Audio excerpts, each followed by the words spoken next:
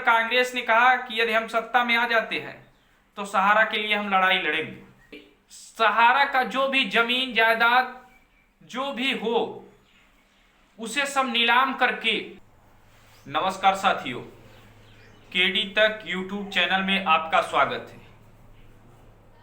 सहारा का पैसा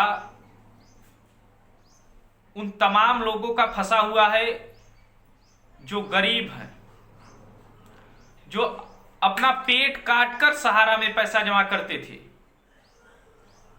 जिनके पास चलने के लिए उस समय टू व्हीलर भी नहीं होगी, उन्होंने भी सहारा में पैसा डबल करने के लिए, अपनी बेटी की शादी के लिए या घर बनवाने के लिए या मान लीजिए दवा दारू के लिए रखा था। सहारा ने उन सभी का पैसा लेकर भाग गया। सुप्रीम कोर्ट के दबाव के बाद सरकार भी इस पर थोड़ा सा फोकस की है और हाल ही में महाराष्ट्र, हरियाणा और दिल्ली के चुनाव में सरकार ने इस पर फैसला किया है कि हम सहारा का पैसा सहारा जमाकर्ताओं को वापस देंगे, जिससे उसको चुनावी फायदा भी मिले। दिल्ली का चुनाव की बात की जाए तो दिल्ली में एक टफ चुनाव है और उसमें भारतीय जनता पार्टी यह जान रही है कि यदि हम सहारा का पैसा और सहारा का मुद्दा उछालेंगे तो हमें चुनाव में नुकसान हो जाएगा। इसीलिए उन्होंने इस पर कोई बात नहीं की। लेकिन विपक्ष में बैठी कांग्रेस और आम आदमी पार्टी इस पर जो है थोड़ा सा नरम दिख रही है।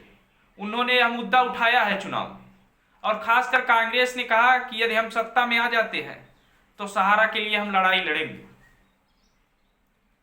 सहारा में जमा करने वाले सबसे दबे निचले कुनबे के लोग हैं।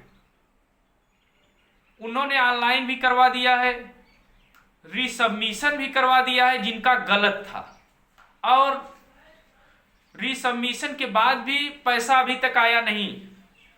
कई लाख लोग होंगे जिनका अभी तक पैसा नहीं आया है। सुप्रीम कोर्ट ने इस पर दबाव बनाया कि सहारा का जो भी जमीन जायदाद जो भी हो उसे सब नीलाम करके उन जनता को दिया जाए, और सरकार भी इस सख्ते में आ गई है और वह देखना होगा कि वह कब तक सहारा का पैसा रिटर्न कर देगी। दिल्ली के इस चुनाव में राहुल गांधी ने ऐलान किया है कि ऑटो चालक, झुग्गी झोपड़ी वाले, छोटे मोटे दुकानदार, उन तमाम लोगों के साथ साथ सहारा में निवेश करने वाले लोगों का एक विशेष प्रावधान, एक विशेष योजना लॉन्च की जाएगी और देश भर के सहारा निवेशकों का पैसा वापस करवाने के लिए वह सड़क से लेकर संसद तक लड़ने के लिए तैयार रहेंगे। उन्होंने कहा कि मैं दिल्ली के इस चुनाव में यह मुद्दा जरूर उठाऊंगा और सहारा का पैसा जुलाई 2025 तक सभी लोगों के खाते में पहुंच जाना चाहिए।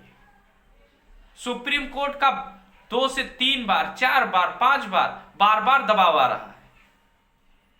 सरकार भी इस पर थोड़ा सा नरम है, लेकिन यह देखना होगा कि विपक्ष के साथ साथ सरकार उन सहारा में निवेशकों का कब तक ध्यान देगी, कब तक उनके खाते में पैसा आएगा